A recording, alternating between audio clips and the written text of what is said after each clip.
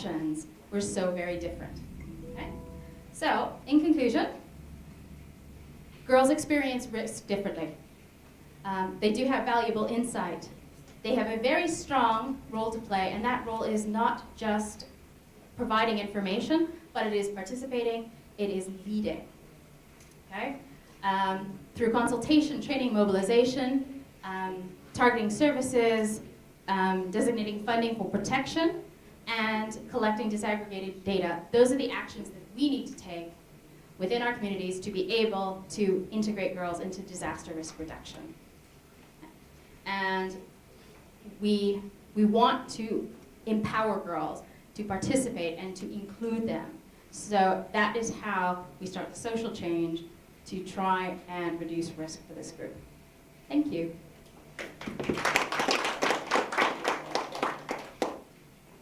Does anybody have any questions? Yes? We need a microphone? We need a microphone? Okay, go ahead.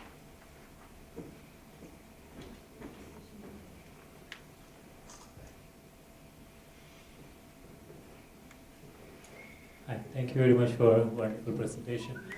Just wanted to ask any practical experience you have, because we would like to have girls consulted and maybe girls' ideas included in policy. So any practical examples around the world which has changed any policy because of there were some consultations?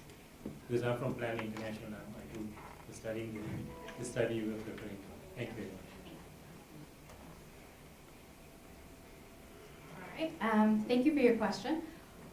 Practical examples. Well, the project that brought me to South Africa, that's how I ended up a Jamaican, South African, immigrants, you name it, situation that I'm in.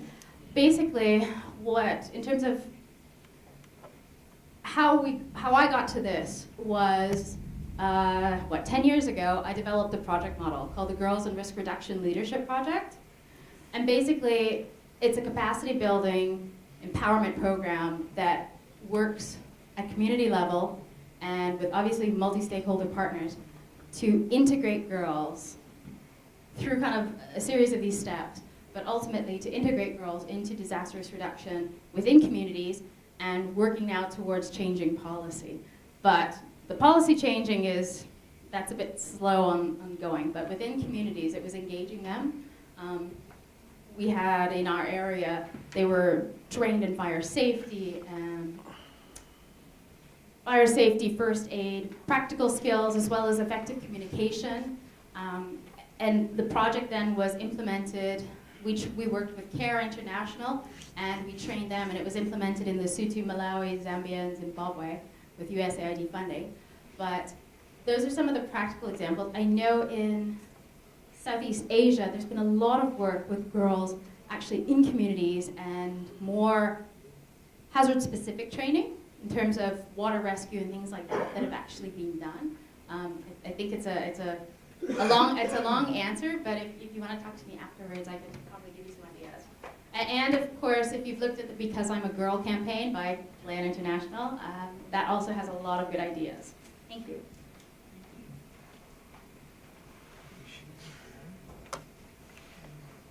Thank you. It was an interesting presentation, lively presentation. Enjoyed hearing you. Of course, the society and its perception of girls overpowers any kind of any kind of design, planning, action. And I'm from Action Aid Bangladesh, and we work a lot with because we have sponsorship programs, so we work with adolescents and girls and women. So you were talking about practical action, but before we get into any practical experience, you have to be able to identify what the problems are. And when we've had landslide, floods, waterlogging, you won't see girls coming out because no one remembers that they have a monthly cycle. There's a menstruation cycle. They have different needs. You can give them food, water, shelter. No one comes up with that. So we have been promoting what is known as the dignity kit. Somebody will say hygiene kit, but this we have tried to emphasize, and it's now being picked up. Both the government has started to look at it and the UN agencies, and we are now spreading it to 22 districts. So this is something, and when you put the dignity kit together, it's not just the hygiene kit, because this is where we make a difference. We put it in a bucket or we put it in a bag, and we provide them with the torchlight, solar light, so that they're safe when they're going to the toilet, because again, it's about the protection and violence that they may face. So this is one aspect. And then the other thing that I want to bring out in our countries, it's not very long that a girl is a girl. By the time she's 13 or 15, she becomes both a girl and a mother and a woman. So somehow they fall between the cracks. And there is a huge missing population for whom there are no services. Because you have services, whether it's reproductive or health for women, and then you have things for children. And these children, girls who have become moms and with the child, they are lost. So we need to think about it together and do some advocacy and work on that. Thank you for your comment. I think you've hit the nail on the head, that it is this kind of invisible group that even in disasters, it's like there's small children and then there's adults, and they just kind of don't fit. But the other thing that I have to agree with, I go into communities and I talk to girls, and it's very hard. I've worked with disaster managers in communities in South Africa, and they love the idea, and let's talk to girls, this is great. And when they go in, and it's like, what are your hazards? And they're trying to get this information from them. And I said, you need to listen to what they're saying. And as I mentioned, people aren't saying, oh, well, there's floods, and there's this, and this is what I'm worried about. How do you tell a girl that she must worry about, a flood that could happen, or, a certain event, when right now, this minute, I have no food? When I leave this room and I walk down the street, I have a higher chance of being raped or being assaulted or having something happen to me.